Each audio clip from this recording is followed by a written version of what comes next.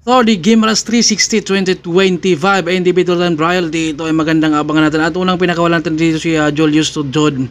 Sa kanilang individual time trial sa 10 kilometers, ay napakahirap yan dahil lahat to sila ay mga matutulin. Pero meron talagang time trialist kagaya na Lago. Siyempre, national champion natin dito si Julius Tudjod sa ITT, pero napansin natin rito na ahon kasi ito kaya napakahirap din naman talaga dahil maiksi lang siguro ay nandiyan si Erickson, Paul Aquino, Dominic, grabe magandang laban talaga to. Jericho Lozero, nandiyan na si Lago, Joshua Gatmaitan, si Dave Monde Mayor, Bong Lauron number 18. Dahil maiksi lang to, dahil 10 kilometers, ito yung mahirap na laban dahil kapag hindi mo matansya na, nako, baka hindi ka makausad dyan hanggang dulo dyan. Dito yung kanilang laban rin, puntusan to, kaya kailangan makapasok ka dito kahit top 5 or top 10. Pero mas maganda dito dahil puntusan, top 5 talaga ang makuha mo rito dahil para makahabol ka sa road race dahil sa road race puntusan pa rin at si Sumiso dito mahirap kalaban dito. Ang time trial talaga individual dahil oras tsaka maintain dapat rito no. Siyempre meron talagang malakas yung mga pumanay at si Ramon rito. Rumimati na siya. Abangan natin yung sino kaya mag base time nila rito si Jomar. Ayan no. Number 23 at nilalamig pa rito si Steve. Ang mga sprinter rito mapapalaban. Siyempre time trialist talaga mga mag-i-enjoy nito at malakas sa ahon. Sila yung may kayang gumawa ng speed nila dito, maintain. Etong huli number 25 ang tulin rin na idol rito, number 25. I think magkunti lang to sila, parang 24 na yung nakalistahan rito na si Steve. Kaya kanyang usarin nga dito sa ahon no. Grabe yung ahon nila dito, matindi rin. Dahil maiksi ito yung mahirap din. Siguro kapag mga 30 siguro, yun ang maganda. Yun nga lang, maiksi lang. Kaya i-all out mo talaga, isagad mo dito si Jomar.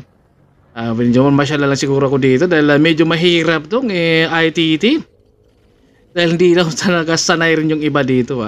Dito naman si Ramon, matulin rin. Yun nga lang, kailangan matansam mo rin dito kung ano talaga yung speed mo At si Asi natuhog na dito ni Sumiso. Dahil matulin sana kanina yung start ni Asi, yun nga lang talagang si Sumiso dito ay tinuhog na si Asi. Kailangan all out mo rito tiisin mo talaga dahil maiksi lang to. At ito yung kagandahan rin pero mahirap to dahil puntusan. Dahil dito kailangan makapasok ka sa top 5 para pwede kang bumawi. Malapit lang. Pero kung sa top 10 siguro medyo malayo, mahirap bumawi dahil yung road race din, puntusan uli, mahirapan ka makabawi kapag medyo malayo ka sa top 5. Siyempre may mga sanay talaga dito at nandito pa si Dave Montemayor, sila Lago, Lucero, Erickson, yung mga malakas sa ahon at mahapalaban rito si Sumiso. At ito natuhog na si Asi. Minti ni Sumiso dito 40. Kanina medyo bumagal siya Kailangan talaga matansam mo rin dito. At dapat hindi ka mabunsol din dito dahil kapag pwersahin mo baka hindi ka makausad hanggang ahon rin. Magaan yung gearing dito ni Sumiso, dapat bigatan niya para siya ay umusad. Medyo pahirapan din talaga kapag time trial na pag-uusapan dahil hindi natin ito madalas nakikita. Kaya kapag hindi mo to practicein, mahihirapan ka rin talaga. Pero meron mga time trialist talaga ng mga tao kaya La Pascual, sila Nash Lim, sila Joseph Bura, Uranza, Nicole Pariha. Meron talagang tao na time trialist yung sila Rustom Lim, yung mga malakas pumanay talaga. Dito si Sumiso talagang inaangatan niya dito para makakausad siya nahirapan dito si Sumiso dahil siyempre mahirap din yung bigat yung mga kalaban niya rito, mga go for gold at saka Derena. Kailangan talagang tiisin rin at makokontrol siyempre maintain talaga Yung speed mo rin rito. Napakahirap tong laban nila. Ang Thor Digi Moras 360 2025. Medyo magaan talaga yung gear ni Sumiso dito. Kailangan talaga dito siguro apuwersahin para ikaw ay makakausad. Dahil ito maiksi lang pero ito yung pahirapan dahil syempre speed talagang kailangan. Grabe banayad lang ito pero masakit din ito. Ito yung gear ni Sumiso. Talagang magaan lang yan. Siyempre kondisyonan rin naman talaga sa laban rin. Grabe talagang pinipilit dito tiisin ni Sumiso rin dito yung kanyang speed rin. Last 3 kilometers dito, kailangan sa last 3 ay i-all out mo na yan. Kung magkapuwersahin, kaya kung kailangan mag-speed ka dyan ng 50 o kaya 55. Dahil siguro, nung napansin natin talaga kapag malapit na, yan doon yung talagang i-all out mo, itudo muna. Dahil wala na bukas. Isagad mo na. Ito. Last 3 kilometers. Kailangan na pigain mo pa dito para ikaw ay makakausad Dahil malapit na sa finish line. Yun dapat doon ka na talaga babawi.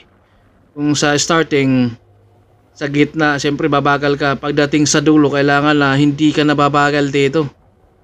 Itudo mo na dahil ito yung napakahirap din. Pero siyempre kapag wala ka talaga sa kondisyon, kahit anong diin mo dyan, pero kapag wala ka sa kondisyon, mahihirapan ka rin talaga dito.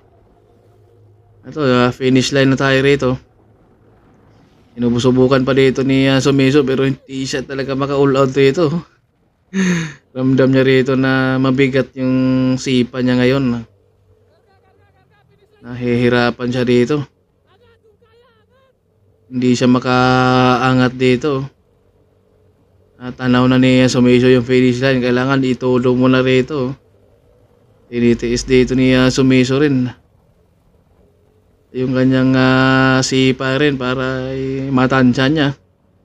Dahil marami ang mamalakas na kalaban at dito ay umaangat na din si Sumiso para makatawid siya sa finish line dahil puntusan to. Ito yung mahirap din kaysa oras.